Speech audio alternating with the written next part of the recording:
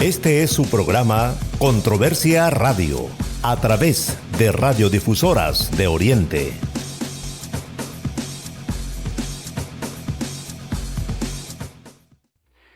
Buenas noches, gracias por estar con nosotros a esta hora.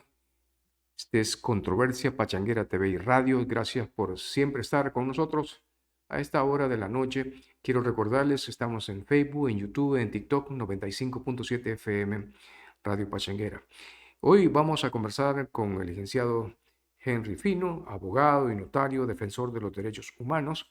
Nos va a acompañar para conversar acerca de esto, que es un experto en protección de los derechos humanos. Buenas noches, Licky, gracias por aceptar la invitación.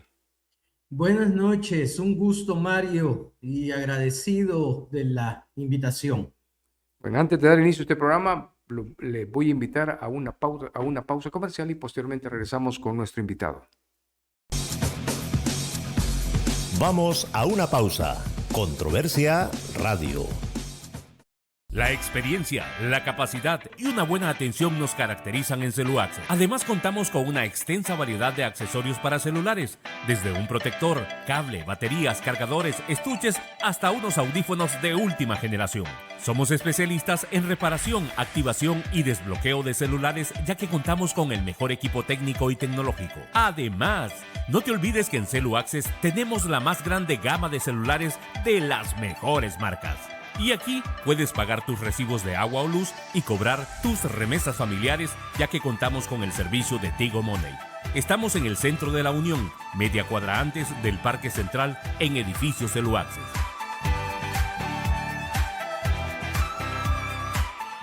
En la Univo cada día es una oportunidad para ser más auténtico, más apasionado por lo que te gusta, más innovador, más creativo,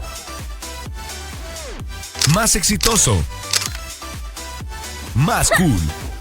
Porque aprender también es disfrutar cada momento. Sé más, sé Univo.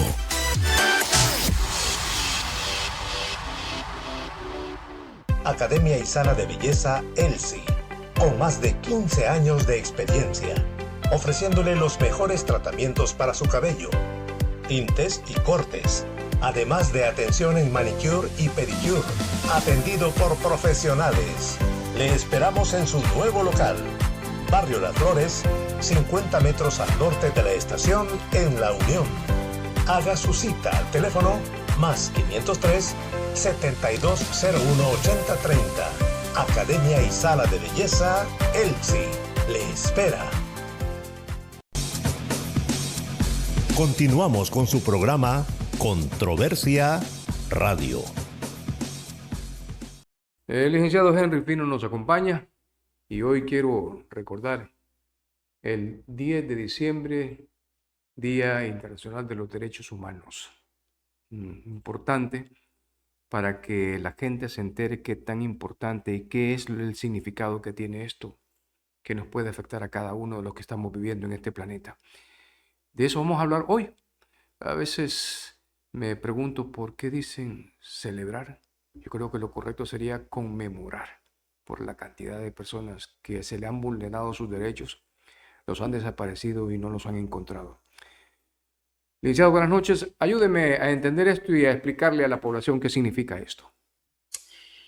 Bueno, yo le agradezco realmente, Mario, y es de los, bueno, primero que es pocos espacios, pero además, dentro de esos pocos espacios, escoge temas importantes y espinosos. Lamentablemente, los derechos humanos en toda la historia de la humanidad, de 1944-45, que se instituye a través de la Declaración Universal, siempre ha sido un tema que a los estados les incomoda, porque son en un momento determinado compromisos de respeto, de promoción, de valoración del ser humano como tal. Si nosotros revisamos no solo la Declaración Universal, sino la Declaración Americana de los Derechos del Hombre, lo que pretende es promover, valorar, dignificar a la persona. Entonces, esto les cuesta mucho a todos los estados. Es un reto. Algunos lo han asumido con valentía, con esfuerzo, y van de a poco avanzando. Otros les son indiferentes, y para muchos estados es una lucha, una represión, un combate. Pero que lamentablemente creo se han ido avanzando en el respeto irrestricto de los derechos humanos por la lucha incansable de la población. Este es un luchar permanente, es ir en avanzada día a día. Y yo creo que independientemente de cuáles sean los recursos de los estados, se puede alcanzar. Hay algunos estados que tienen un cumplimiento permanente, elevado, ¿verdad? Como los países nórdicos, los estados de bienestar que le llaman. Eso no significa que no hayan vulneraciones en estos estados, sí, pero ellos luchan por minimizar, pero además están permanentemente revisando para evitar esa vulneración. Uno se pregunta por qué en países desarrollados, hablando de Europa, tiene un concepto pero muy claro de lo que significan los derechos humanos, pero en América Latina, prácticamente en todos los países latinoamericanos, hay un problema para entender, y le explico de la siguiente manera. Los desaparecidos en Europa puede ser un concepto totalmente distinto a los desaparecidos aquí en el país, aquí en América Latina. Alguien decía, es que se desapareció allá porque se fue para Italia, para Francia, para España, y bueno, pero aquí no es que se va por, lo que pasa es que ya nunca lo encuentran. ¿Y por qué nos cuesta entender eso a nosotros? ¿Por qué nos cuesta entender eso? Yo creo que eso es producto de la falta de cultura en el respeto de los derechos humanos. Y la falta de cultura en estos países latinoamericanos, no en todos, es responsabilidad de los estados. ¿Por qué los estados no divulgan los derechos humanos y motivan a la población a su exigencia? Porque sencillamente este cumplimiento de los derechos humanos recae directamente en los estados. Entonces, mejor que la población los ignore, porque hay una responsabilidad directa. Quiero ver ayer el 9 de diciembre, se cumplieron casi 40 años de una sentencia histórica en Argentina, donde se juzgó y se sancionó a los miembros de las juntas militares que gobernaron tiránicamente Argentina. ¿Por qué pongo este ejemplo? Porque para la Argentina ese fue un punto de quiebre para el irrestricto respeto de los derechos humanos. Han tenido diferencias, han tenido dificultades, pero el reto es el cumplimiento. En Chile, con la salida de Pinochet, se vuelve a la democracia y en un momento determinado va en avanzada y en muy buena avanzada el respeto a los derechos humanos. En Costa Rica tiene una larguísima trayectoria histórica de respeto de los derechos humanos. Sin embargo, frente a eso podemos señalar ejemplos como el de El Salvador, como el de Guatemala, como el de Honduras, que realmente tienen un récord de incumplimiento y de violación a los derechos humanos. Pero insisto, esta situación pasa por la obligación de los estados de divulgar y de motivar a la población a exigir su cumplimiento. Un ejemplo de eso son las desapariciones que usted señala, Mario. Sin embargo, que esto tiene que ver directamente con la seguridad integral de la persona, pero también hay una cantidad de derechos reconocidos en ambos instrumentos aplicables en El Salvador que se incumplen, como por ejemplo la libertad de expresión, como por ejemplo el derecho a la vida, como por ejemplo el derecho a la alimentación, a la salud, a la educación. Entonces, es una situación compleja en muchos países latinoamericanos en razón de la obligación que genera para los estados su cumplimiento. Cuando usted explica eso, se me viene a la mente la parte esta que siempre pensamos que los derechos humanos es que no lo golpeen, que no lo juzguen de una manera ilegal, que lo metan preso. Pero es que no solamente ese es derecho humano, hay otros tipos de derechos humanos, como usted lo decía, la libertad de expresión, la libertad de información, hay muchas libertades. Pero para hacerle entender a la población, a los amigos que siempre están pendientes, que no necesariamente el derecho humano es cuando matan a una persona y no se le resuelve jurídicamente y no se condena a la persona que hizo ese acto. No solamente eso es derecho humano. No, y es que lo que pasa es que creo que la población tiene como separado la cuestión, ¿verdad? Derechos humanos y la vida cotidiana. Y en algún momento se ha estigmatizado a instituciones defensoras de derechos humanos y se nos ha estigmatizado a los defensores de derechos humanos como personas de izquierda, como comunistas, ¿ya? O en este momento en El Salvador como personas contrarias al gobierno.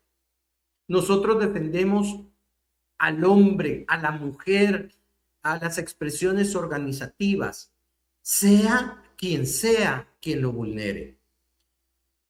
Entonces, los derechos humanos no están despegados de nuestra vida cotidiana. Es como una moneda. No podemos partir por la mitad una moneda y que siga teniendo valor. Si la partimos ya no tiene ningún valor. Entonces, separar los derechos humanos de la vida cotidiana de las personas no es posible.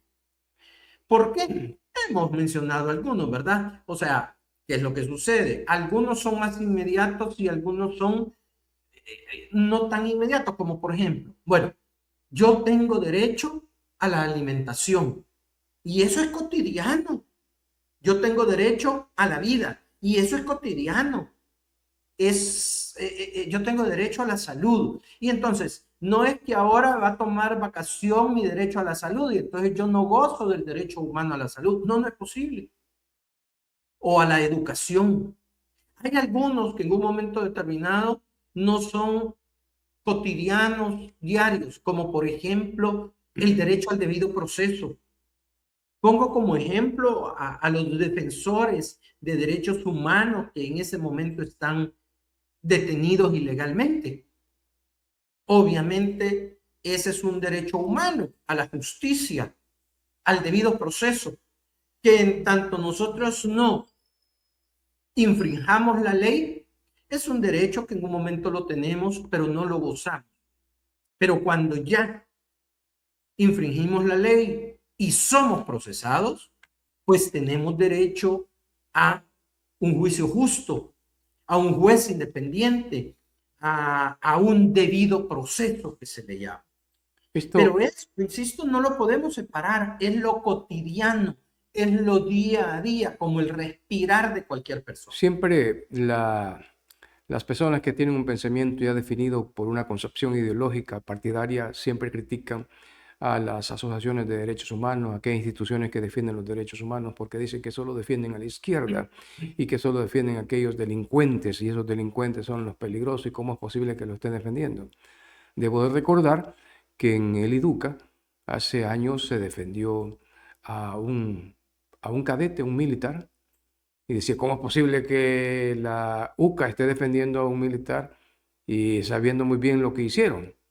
También se defendió en el IDUCA a los García Prieto, una familia acaudalada, y decía, es que no nos interesa quiénes son, y nos interesa lo que les ha sucedido, porque es un derecho humano.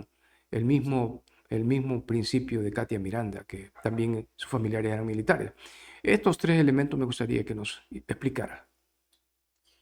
Vaya, coincidentemente, de una u otra, en algunos más, en algunos menos, estuve presente. ¿Por qué exactamente la crítica? Por esa identificación y estigmatización que se le hace. Lo mismo en este momento, cuando en algún momento algunas organizaciones y algunos defensores de derechos humanos se han involucrado en la defensa de pandilleros. ¿Qué es lo que sucede? Todas las personas somos iguales para el goce y disfrute de los derechos humanos. Frente a la violación de un derecho, independientemente que sea rico, pobre, militar, civil, pandillero, civil, se convierte en víctima. Pongamos el caso de los venezolanos que estuvieron en el SECOT, que en un momento determinado pongamos que ciertamente eran miembros del Tren de Aragua como se justificó su deportación. Pero aquí estaban detenidos ilegalmente. Se convertían en víctimas. No se atacaba el proceso que eventualmente podrían estar atravesando por su participación y militancia en este grupo ilegal, sino por el hecho mismo de su detención en El Salvador sin que hubiera una justificación. Entonces, ¿qué es lo que las organizaciones y los defensores de derechos humanos participamos, defendemos? Defendemos a la víctima, ¿ya? Independientemente cuál sea su participación en la sociedad. Que es un militar, que es un rico, que no. Al convertirla en víctima, las organizaciones de derechos humanos salíamos, porque ahora poco o nada se hace, salíamos en defensa de esa víctima por la violación a sus derechos. Entonces, esto es importante que la población lo sepa. Y fíjense ustedes, en este momento, la población defiende el combate de la delincuencia pandilleril. Yo también. Yo siempre abogué por el juzgamiento de estos grupos que tanto dolor habían causado y siguen causando a la población. Pero mi exigencia era que lo juzgaran sobre la base del debido proceso, lo que no está sucediendo. La población en este momento alaba el régimen de excepción y lo alaba en tanto no sea víctima, porque se ha difundido que a los que detienen son a pandilleros. Sin embargo, muchos de los detenidos, de los 90 y tantos miles detenidos, son personas que no participan en esas organizaciones. Entonces, yo cuando me veo afectado de eso, obviamente soy víctima, pero entonces ya ahí cuestiono, ya ahí ya no le veo la situación tan valiosa al régimen.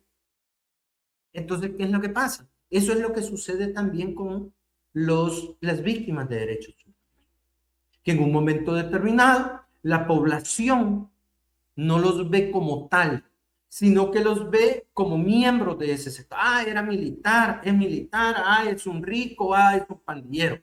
No, por encima de cualquier condición está su condición humana. Y yo en este espacio, Mario, lo he repetido infinidad de veces, porque en un momento determinado se hizo creer a la población, y así lo sigue creyendo, que los detenidos, independientemente que sean estos del régimen de excepción o por cualquier otra causa, no tenían derechos. Y yo lo he repetido en infinidad de oportunidades en este espacio. Lo único que tienen los detenidos, ya sean por estar procesados o por estar condenados, el único derecho del cual están privados es a su movilidad, a la libertad, pero tienen todos los demás derechos. Entonces, la estigmatización es tal que la población lo ha hecho suyo.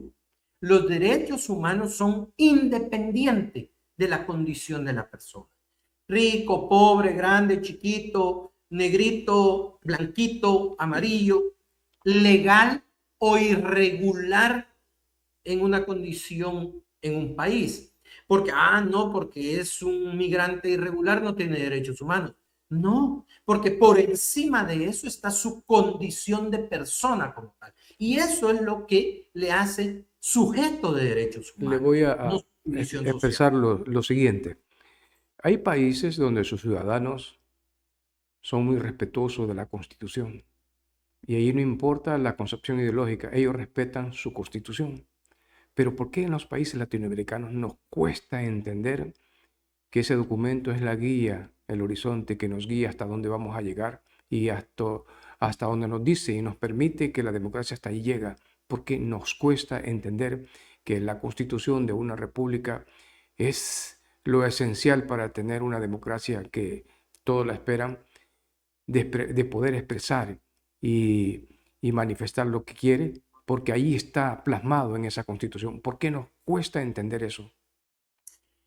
Fíjese que antes de responderle eso, Mario, yo quisiera incluir en el tema de la Constitución relacionado con los derechos humanos, es que en la Constitución están incluidos todos los derechos humanos que una persona Exacto. debe de gozar. Claro. ¿Ya? Eso. Sí. Entonces es importante, no es cuestión de que, mire, es que los derechos, la declaración o algo así. No, porque los que no quieren reconocer el valor de la Declaración Universal o la Declaración de los Derechos del Hombre de América, lo tienen que aceptar porque está incluido en nuestra Constitución. ¿Por qué no se respeta la Constitución? ¿Por qué a los políticos y a los gobernantes en países de América Latina y en El Salvador históricamente no se respeta la Constitución? Porque la Constitución, primero debemos de decir, es un pacto social. Es la cancha, para ilustrarlo de una forma muy caricaturesca, es la cancha donde todos y todas nos debemos de mover. Gobernados y gobernantes, ¿verdad? Pero, lamentablemente, a los gobernantes y aquellos gobernantes de corte tiránico, autoritario, son a los que menos les cuesta cumplir la Constitución. ¿Por qué? Porque ese pacto nos pone límites y entonces todos nos debemos de referir al cumplimiento, pero que en un momento determinado, solo pongo como ejemplo al dictador en El Salvador, la Constitución le manda el respeto a la independencia de los órganos. No, eso no es posible. Por eso destituyó a la Sala de lo Constitucional. Por eso es que ha generado una narrativa y un control de la opinión pública para controlar la Asamblea Legislativa en los niveles que tienen. Esta Asamblea Legislativa, como la pasada, no es una asamblea legislativa independiente que cumpla con sus obligaciones. Yo le he estado dando seguimiento a las sesiones plenarias, en todas las sesiones plenarias, y el 80% de la discusión es aprobación de préstamos al Ejecutivo, que era lo que tanto le molestaba de la antepasada Asamblea Legislativa y que en un momento determinado la Sala de lo Constitucional controlaba la constitucionalidad. Entonces, ¿por qué a los autoritarios gobernantes y a los dictadores les molesta? Porque les pone límite, ¿ya? ¿Cómo no le va a molestar al ciudadano Nayib Bukele?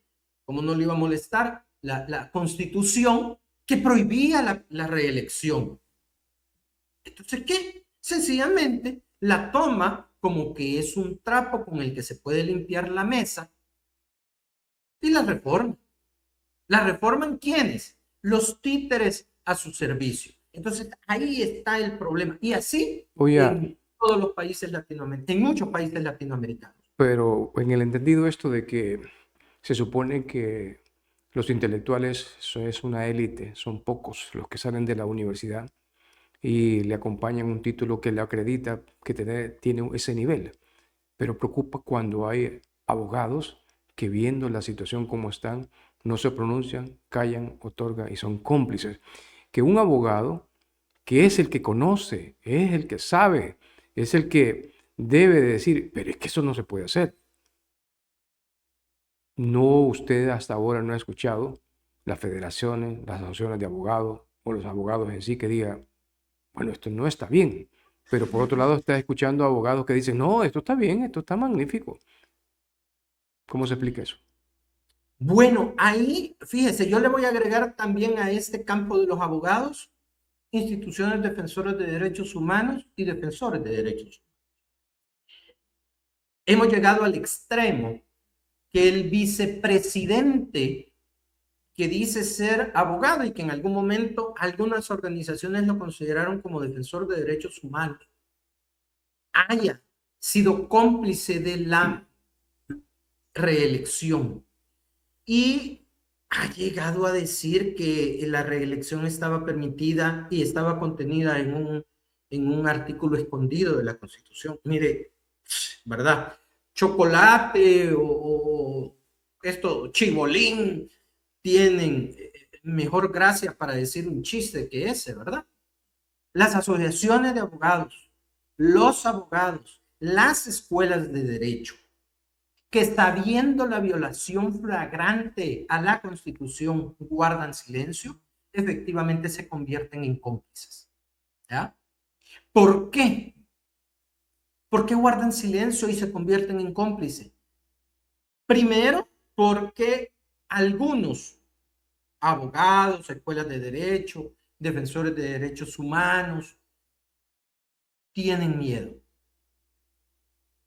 La represión en la que estamos viviendo es grave. Cosas que nunca se habían visto en este país, como encarcelar, o por lo menos en los últimos 30, 35 años, encarcelar a defensores de derechos humanos. No se habían visto. Desde los acuerdos de paz para acá no se habían visto.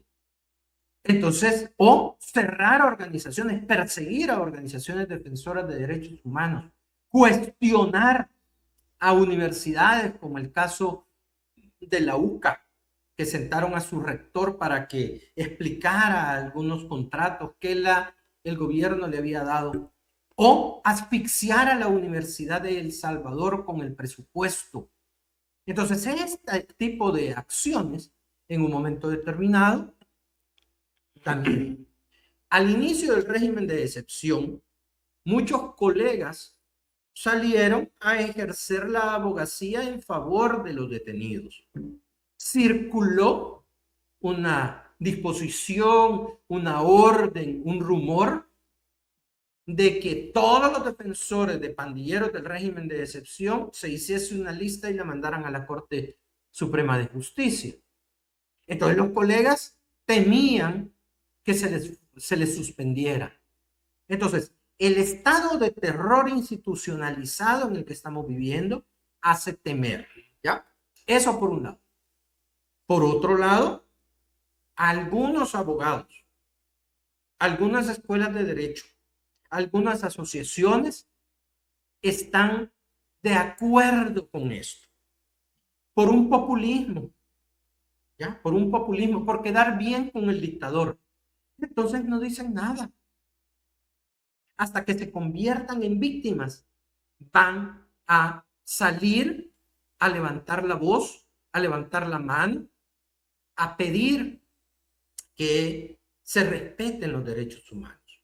Entonces, es una combinación de cosas, Mario, lamentablemente, pero que llegamos al mismo origen, la dictadura en la que estamos viviendo. Le voy a colocar una publicación de lo que estamos conversando. Y es esta publicación, la número 1, que es la que dice lo siguiente.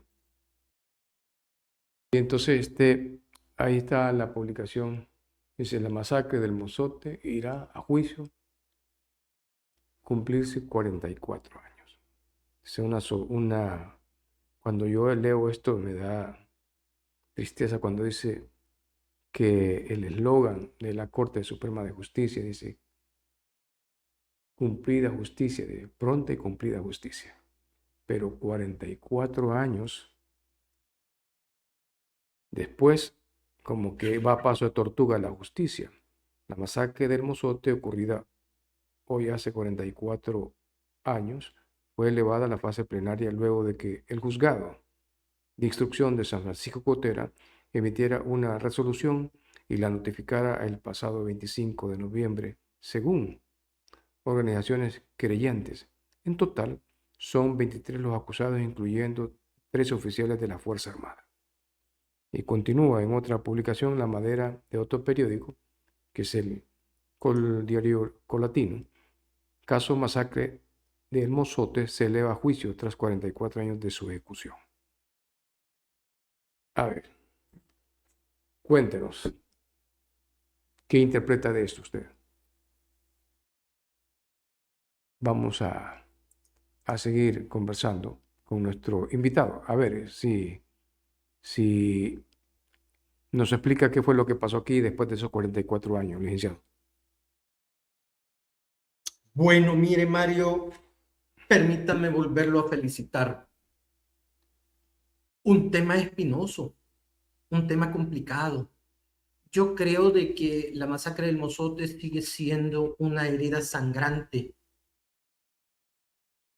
para el Estado y la ciudadanía en El Salvador.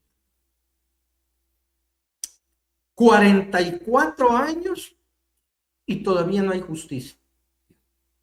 Usted decía, mire, pronta y cumplida justicia. Esta es justicia. La justicia tardía no es justicia.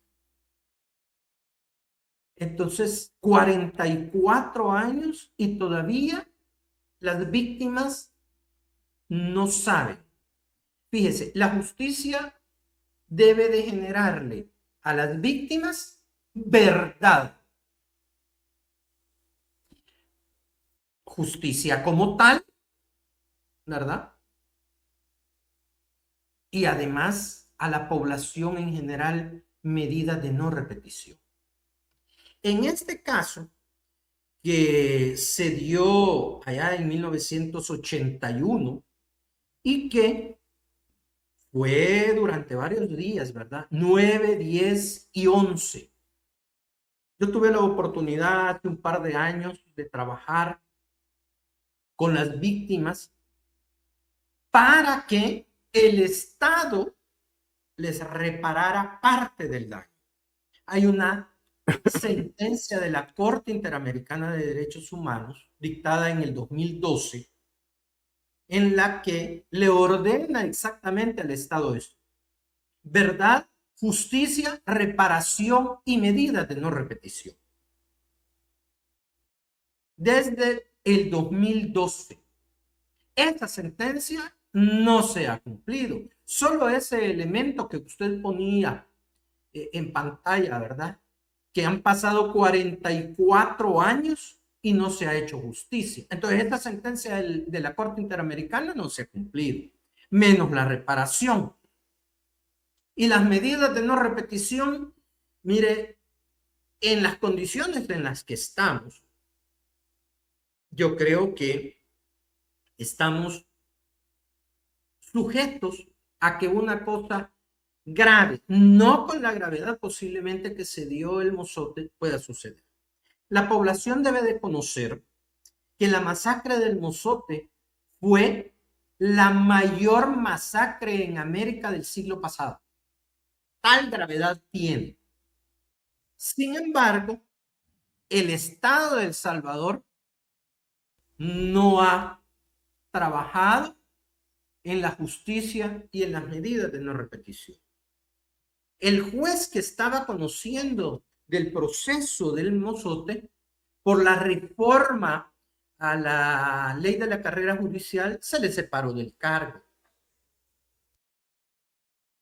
La jueza que lo llega a sustituir incluye a Rubén Zamora como vicepresidente de la Asamblea Legislativa como imputado. Se ha elevado a plenario este proceso. ¿Qué implica esto? Que ya dentro de poco vamos a tener la vista pública en la que se van a discutir las pruebas y se va al final a determinar la responsabilidad y la culpabilidad de estos militares que están siendo procesados. Sin embargo,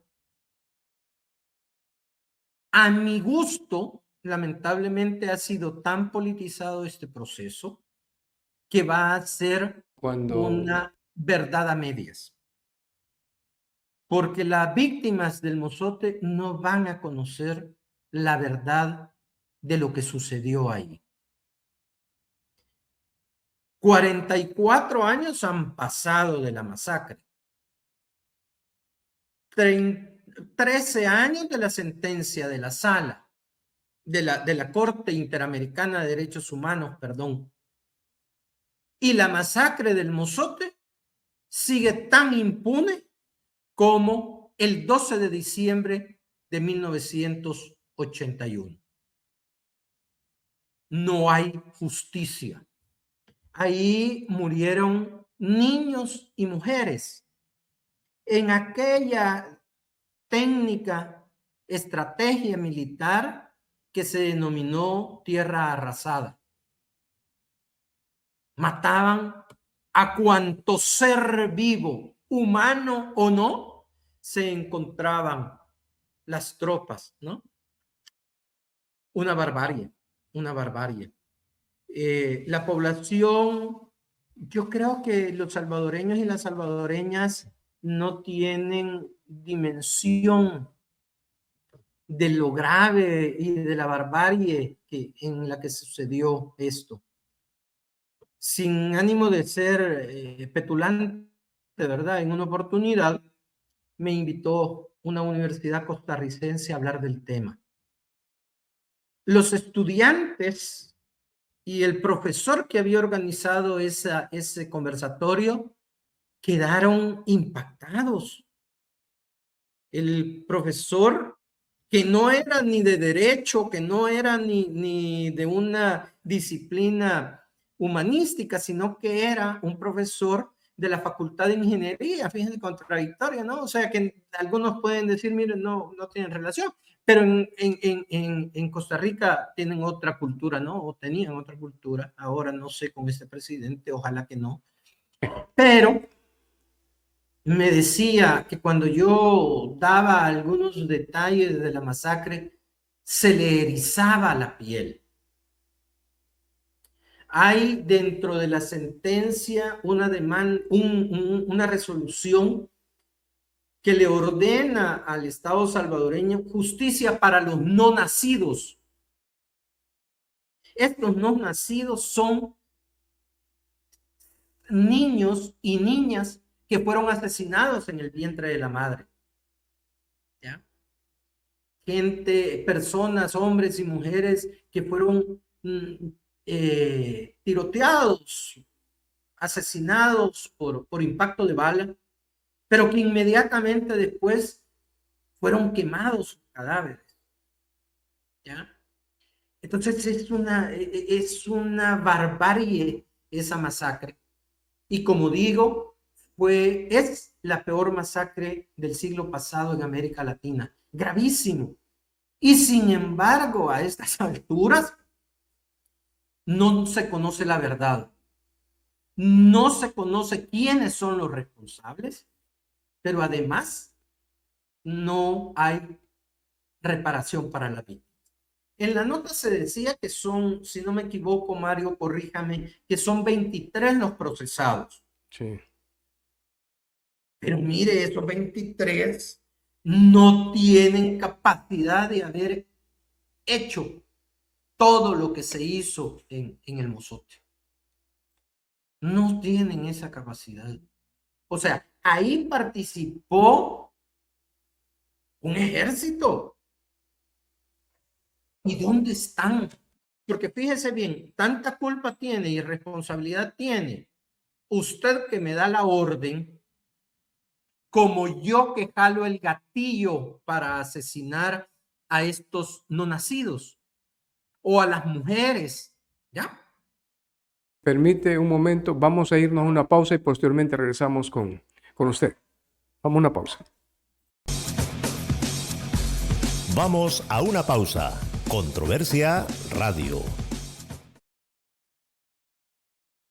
La experiencia, la capacidad y una buena atención nos caracterizan en Celuax. Además, contamos con una extensa variedad de accesorios para celulares, desde un protector, cable, baterías, cargadores, estuches, hasta unos audífonos de última generación. Somos especialistas en reparación, activación y desbloqueo de celulares, ya que contamos con el mejor equipo técnico y tecnológico. Además, no te olvides que en CeluAccess tenemos la más grande gama de celulares de las mejores marcas. Y aquí puedes pagar tus recibos de agua o luz y cobrar tus remesas familiares, ya que contamos con el servicio de Tigo Money. Estamos en el centro de la Unión, media cuadra antes del Parque Central, en edificio CeluAccess.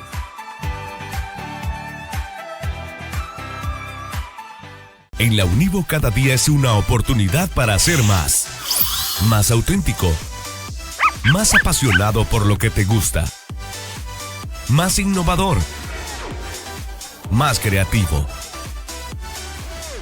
más exitoso, más cool.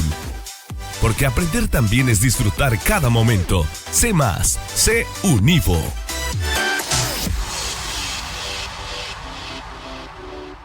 Academia Isana de Belleza Elsie, con más de 15 años de experiencia, ofreciéndole los mejores tratamientos para su cabello, tintes y cortes, además de atención en manicure y pedicure, atendido por profesionales. Le esperamos en su nuevo local, Barrio Las Flores, 50 metros al norte de la estación en La Unión. Haga su cita al teléfono más 503 7201 8030. Academia y Sala de Belleza Elsie le espera. Continuamos con su programa Controversia Radio. Bueno, gracias por estar con nosotros. Estamos conversando con el licenciado Henry Fino. De CIA incluyen 13 oficiales y son 23 los acusados. Pero entiendo que ahí fue un batallón de élite que entró a esa zona. Exactamente. Ese fue, si no me equivoco, el batallón de reacción inmediata Atlacat, ¿verdad? Conocido como uno de los batallones de reacción inmediatas, es muy, muy represivo. Y Así es. muy, ¿cómo se llama?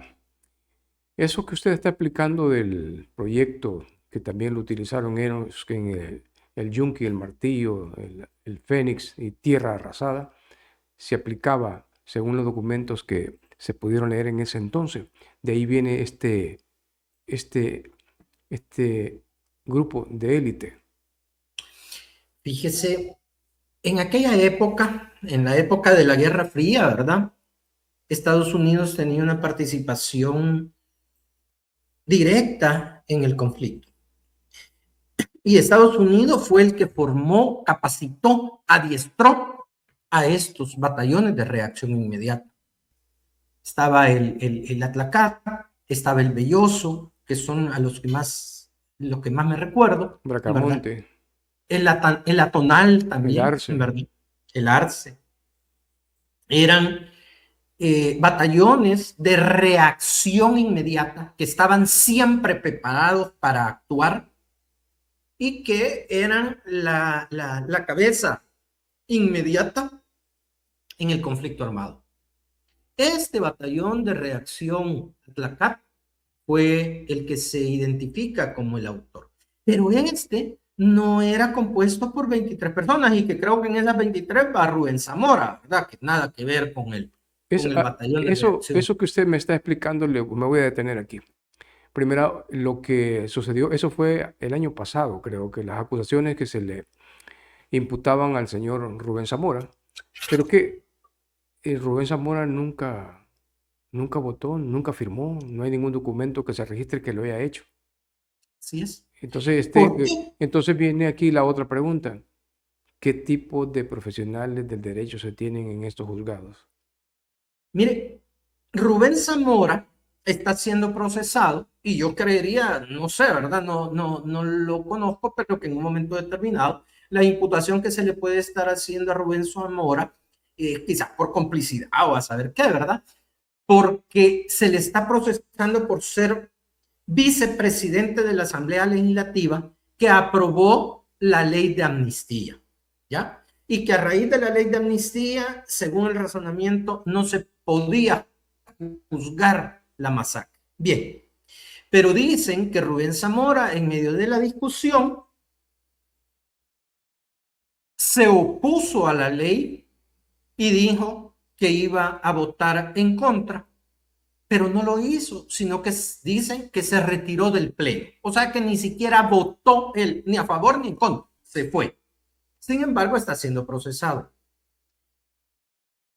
Esta imputación la hacen, o la inclusión en el proceso la hace la nueva jueza. Creo que es una señora, ¿verdad? Pero independientemente que sea mujer u hombre, el nuevo titular o la nueva titular del tribunal de Gotera lo incluye a Rubén Zamora en en el juicio de la masacre. Le voy a hacer otra pregunta.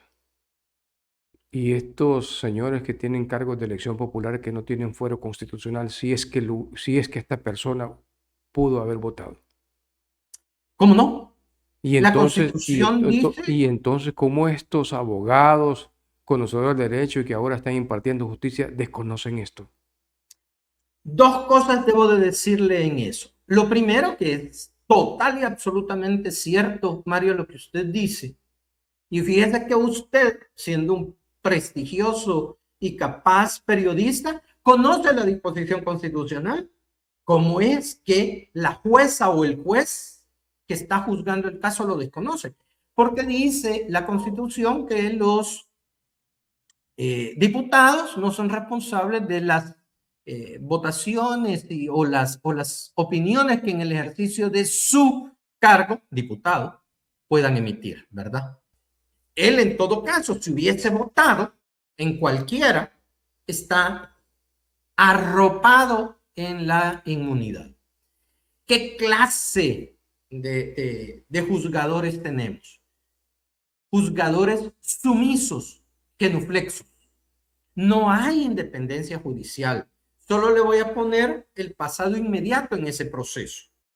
El juez que estaba conociendo del caso, una vez se declara inconstitucional la amnistía, empieza a procesar, y para todos los que tenemos alguna memoria, nos recordaremos que el juez fue a 3 por lo menos guarniciones militares para tener acceso a archivos y no le permitieron el acceso.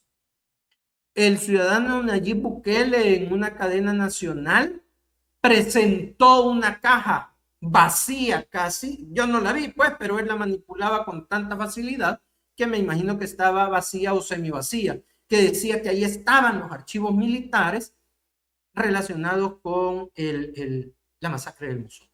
Mire, esto es una bofetada a las víctimas, ¿ya? Entonces, con esa falta de independencia, pero además con la politización del caso, así como el caso de los jesuitas, esa nunca va a hacer justicia.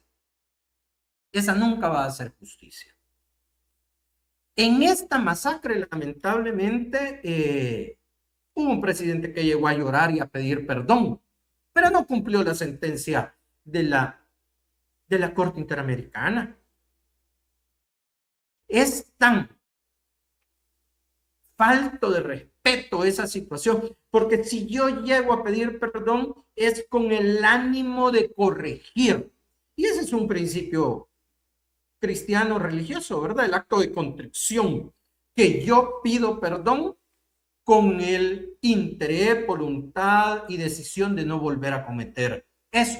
Sin embargo, se llega a pedir perdón y se llora en el parque del Mozote, donde está el monumento a las víctimas, y no se cumple la sentencia de la Corte Interamericana. El ciudadano Nayib Bukele llegó al Mozote a decir que la guerra y los acuerdos de paz eran una farsa. ¿Cómo a mí me va a caer una afirmación de este tipo cuando me mataron a mi esposa, a mi mamá, a mi hermano, a mi abuelo? Porque ahí fue como bien el término de la estrategia militar lo decía, lo denominaba, era tierra arrasada. Todo lo que estaba al paso moría. Entonces, mire, o sea, es imposible aceptar actitudes como esta. Entonces, el incluir a Rubén Zamora, que pudiera ser un acto antijurídico, ¿verdad?, es tan grave como el negar la existencia de la guerra y los acuerdos de paz, o llegar y llorar y pedir perdón sin hacer nada en favor de la víctima. No hay justicia en este caso, no hay reparación. Dicen, yo estuve en el Mozote hace un par de meses, después de haberme venido. Yo estuve viviendo allá más o menos 18 meses, trabajando con las víctimas para documentar a las víctimas y que pudieran exigirle al Estado el pago de la reparación de la que son beneficiarios por la sentencia de la Corte Interamericana. Entonces me vine, pero volví hace, si no me equivoco, hace como 2 o 3 meses. Mire, la fuerza de la Asociación Defensora y Promotora de los Derechos Humanos de la zona, que fue la que presentó el caso a la Corte Interamericana, evitó que destruyeran todo, porque la DON quería, así como en el pasado, tierra arrasada del batallón Atlacat y de las Fuerzas Armadas, así quería hacer con el monumento de las víctimas. Dicen, no me consta, que han ofrecido un centro comercial ahí. ¿Ya? Entonces, esto es una bofetada a las víctimas. Entonces, esto, el Estado de El Salvador está en deuda, pero la sociedad salvadoreña tiene esa herida sangrante. ¿Por qué? Porque no hay justicia. Y muchos de los sobrevivientes están muriendo ya. Y se van a morir sin justicia, sin verdad y sin reparación. Mire, yo lo felicito, Mario, por tercera vez se lo digo, porque realmente este es un tema que en la actualidad se quiere meter abajo de la alfombra. ¿Por qué? Porque es una herida sangrante. La gente quiere más en esta época encender el arbolito, andar en el centro histórico, en esa artificial pista de patinaje de hielo, andar celebrando con los compañeros la despedida del año. ¿Ya? Pero esto, fíjese qué coincidencia más contradictoria. La masacre se da en el marco de la conmemoración del Día de los Derechos Humanos en 1981. La masacre fue 9, 10 y 11. Sin embargo, algunos de las víctimas sobrevivientes dicen que esto empezó antes.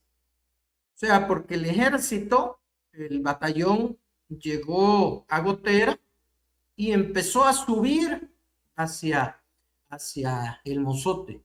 Y entonces, a medida que iba subiendo, lo que encontraba lo mataba, ¿verdad? Entonces, aunque lo más grave se dio estos 3 días, la masacre del Mozote fue, y no solo el Mozote, y dicen lugares aledaños, ¿verdad? Es en una extensión geográfica muy amplia y en un tiempo mucho mayor. Y lo digo por tercera vez, ha sido la masacre más grave del siglo pasado en América Latina. O sea, no es poca cosa. Y sin embargo, aquí en El Salvador, nosotros revisemos los textos de ciencias sociales, moral, cívica, no sé cómo se llama, valores, no sé cómo se llama la materia ahora, si está incluida como ese hecho histórico gravísimo, la masacre del Mosul. Voy a... Posiblemente no esté incluido porque la quieren negar, ¿verdad? ¿Qué tanto son responsables jueces, abogados, magistrados que por más de 44 años han pasado y esto ha guardado silencio y como que si no ha pasado nada? ¿Qué tanto son tan responsables jueces que estuvieron en este caso, que ahora ya no están y están jubilados? Magistrados de la Corte Suprema de Justicia, igual de la misma manera, que se quedaron callados, ocultaron y fueron cómplices. Pues son cómplices, efectivamente que son cómplices. No en una figura jurídica como tal, porque el tipo pudiera ser la negación de justicia, pero que en puridad es que yo niego la justicia a las víctimas con tal de garantizar la impunidad de los participantes.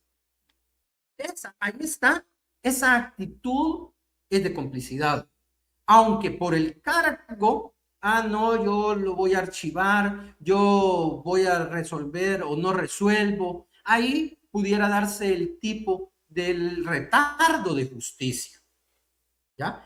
Pero cuando hubo un juez que quiso diligenciarlo, lo mandaron a su casa porque tenía más de 60 años. Y cuando este juez quiso diligenciarlo, le negaron el acceso a los archivos de la Fuerza Armada, ¿no? Entonces, todos los que estuvieron antes que él y ahora que está esta jueza o este juez, sencillamente se vuelven en el buen sentido cómplices de la masacre. Porque la actitud del juez, la actitud de cualquier administrador de justicia es eso, administrar justicia. Pero si la está retrasando, la está obstaculizando, la está politizando, nunca va a haber justicia, ¿verdad? Bien, vamos a irnos a una pausa y después regresamos con nuestro invitado. Vamos a una pausa. Controversia Radio. La experiencia, la capacidad y una buena atención nos caracterizan en Celuax. Además, contamos con una extensa variedad de accesorios para celulares, desde un protector, cable, baterías, cargadores, estuches, hasta unos audífonos de última generación. Somos especialistas en reparación, activación y desbloqueo de celulares, ya que contamos con el mejor equipo técnico y tecnológico. Además, no te olvides que en CeluAccess tenemos la más grande gama de celulares de las mejores marcas. Y aquí puedes pagar tus recibos de agua o luz y cobrar tus remesas familiares, ya que contamos con el servicio de Tigo Money. Estamos en el centro de la Unión, media cuadra antes del Parque Central, en edificio CeluAccess.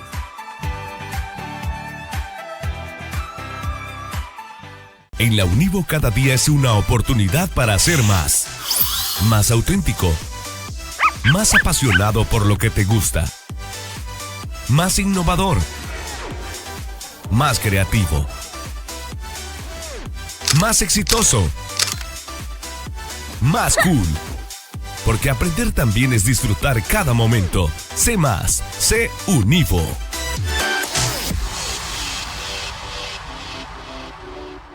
Academia Isana de Belleza Elsie, con más de 15 años de experiencia, ofreciéndole los mejores tratamientos para su cabello, tintes y cortes, además de atención en manicure y pedicure, atendido por profesionales. Le esperamos en su nuevo local, Barrio Las Flores, 50 metros al norte de la estación en La Unión. Haga su cita al teléfono más 503 7201 8030. Academia y Sala de Belleza Elsie le espera. Continuamos con su programa Controversia Radio. Hemos estado conversando con el licenciado Henry Pino. Se nos ha terminado el tiempo, pero le agradezco que nos haya, despertado esta situación tan delicada que hay sobre los derechos humanos. Gracias, licenciado. No, gracias a usted, Mario, por poner estos temas tan espinosos y que a la población, pues sí, en algún momento se los han ocultado y que en este momento, por la campaña mediática le desvía su pensamiento. Lo felicito honestamente. Y ojalá que este espacio que hemos tenido este jueves sea para incorporar otro elemento de conocimiento a la población y que sirva de homenaje a las víctimas del mozote, que sirva de homenaje a las víctimas de violación a los derechos humanos en El Salvador. Muchas gracias, Mario. A usted. Estuvo con nosotros el licenciado Henry Fino, abogado y notario, defensor de los derechos humanos. Gracias por habernos acompañado. Recuerde, estamos en Facebook, en YouTube, en TikTok, 95.7 FM. Será hasta la próxima. Pasen buenas noches. Este fue su programa, Controversia Radio, a través de Radiodifusoras de Oriente. Hasta la próxima.